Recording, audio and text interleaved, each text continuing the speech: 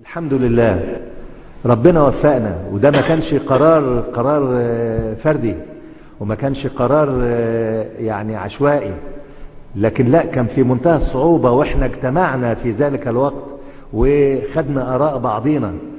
والشيء المشرف ان كل المجموعة اللي هي بتاعة المجلس الأعلى للقوات المسلحة بما كلها كان القرار بتاعها لا نفتح نيران على الشعب، وكان هذا هو القرار.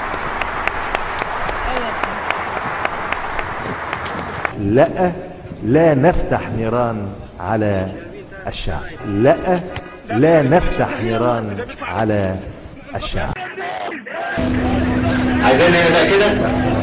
ما هو من الاول كان ممكن نبقى كده، ومفيش حد قال اضرب واحنا قلنا لا، مفيش كلام زي ده، ولا دخل عشان اقول حاجه ثانيه. لا اله الا الله ارفع بالعكس. انا راجل وحقك صادق ومقاتل 40 سنه مقاتل، اكثر من 40.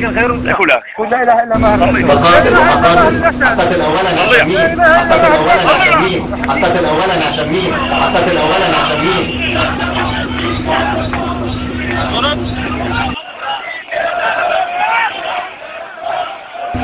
عشان ربنا، عشان ربنا، عشان ربنا، وعشان مصر.